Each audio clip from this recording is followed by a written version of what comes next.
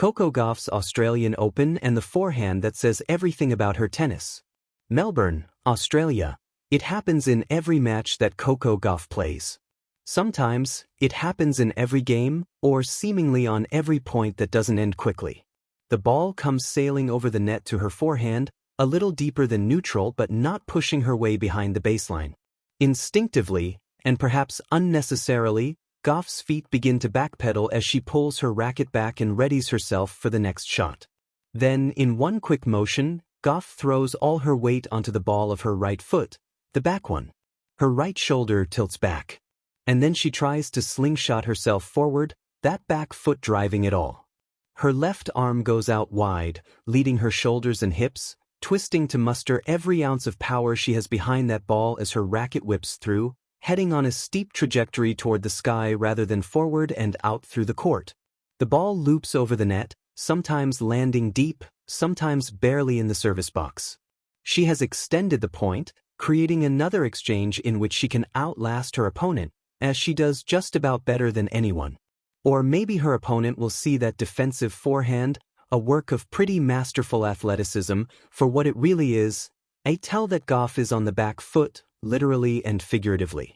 For 1 point at least, and often for a few more, she is not playing the way she wants to play, and not because her opponent is forcing her to do so. Gauff, the world number 3 and a 2-time Grand Slam champion at 21, wants to be the one moving her opponent around the court, dictating rather than defending. If she is hitting a lot of almost one-legged flamingo forehands off the back foot, then the rest of the match is probably going in tail-legging out a win, because she is not flowing into the court and taking the ball on the rise. She is not serving well. She is having to scramble backwards and sideways to catch up with the returns of her second balls. It is something I work on now, making it more consistent and better, Gauff said in her pre-tournament news conference Friday. She's likely to need it during her Australian Open, which got off to a decent start Monday with a 6-2, 6-3 win over Kamila Rakimova of Uzbekistan. It was a deceptive scoreline in some ways, as Gauff had 7 double faults and 31 unforced errors, but Rakimova did not have a reliable enough serve to take advantage of the times she had Gauff literally on her back foot. Olga Danilovic of Serbia, her next opponent, does. So do all the players with single-digit rankings who Gauff will face if she can make it to the second week. 2 months before her 22nd birthday, Gauff has once again a Grand Slam as one of her sport's greatest threats and one of its greatest mysteries all at once. In any given tournament, and in any given match, she can be mesmerizing or mystifying, from one set to the next. Elite tennis is hard, and Gauff is young. She may be far removed from the 15-year-old phenom who burst into the tennis consciousness by knocking Venus Williams out of Wimbledon in 2019, having since become arguably the sport's biggest star, but she also has to live under a microscope that few others ever experience. Her moves, her style choices, and her words get picked apart like no one else's.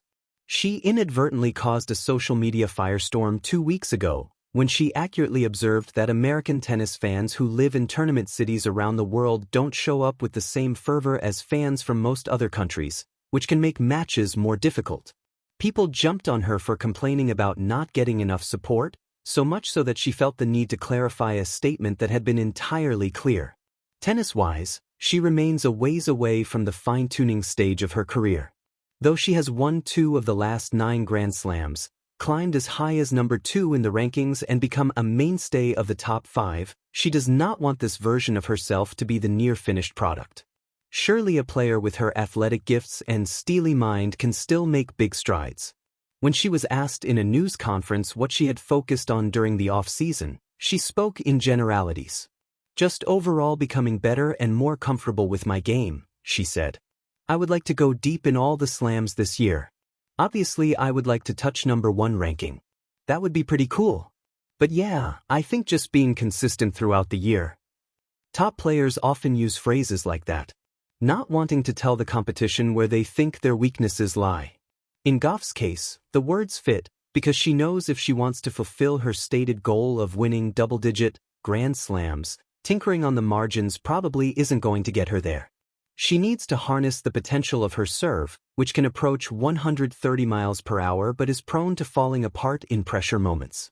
She is left blooping second balls into the middle of the service box, or dumping them into the bottom of the net.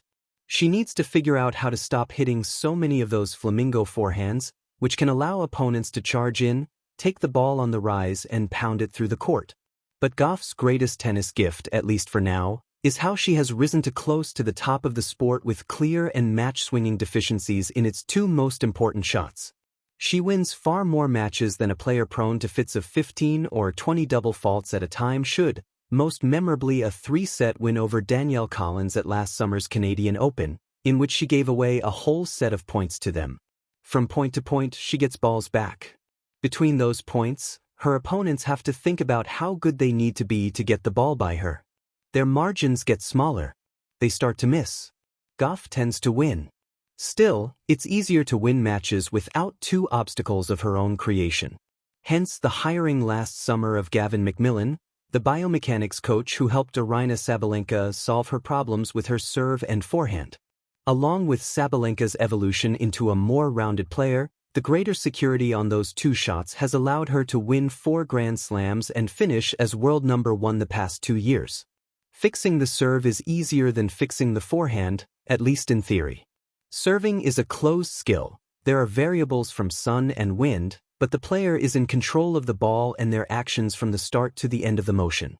Forehands are an open skill, with the infinite dependent variables of velocity, spin, court position and how much movement each shot requires out of Gauff's control until her opponent's racket dictates them. Gauff can restructure her forehand all she wants in practice. But then she's going to have to execute it, sometimes standing in the middle of the court and sometimes running at full sprint off it. She will have to master hitting it cross-court and down the line, within 6 inches of the net and with 6 feet of clearance. She will have to hit it off slow balls and fast ones, balls that jump and spit and balls that skid and slide.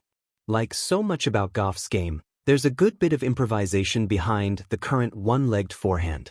She said she doesn't remember when she started hitting it that way. It just came about naturally and seemed to work with her big swing, and then it became embedded in her defensive arsenal, for better or for worse. It's when I'm on defense, instead of squatting down, like a lot of girls do, she explained.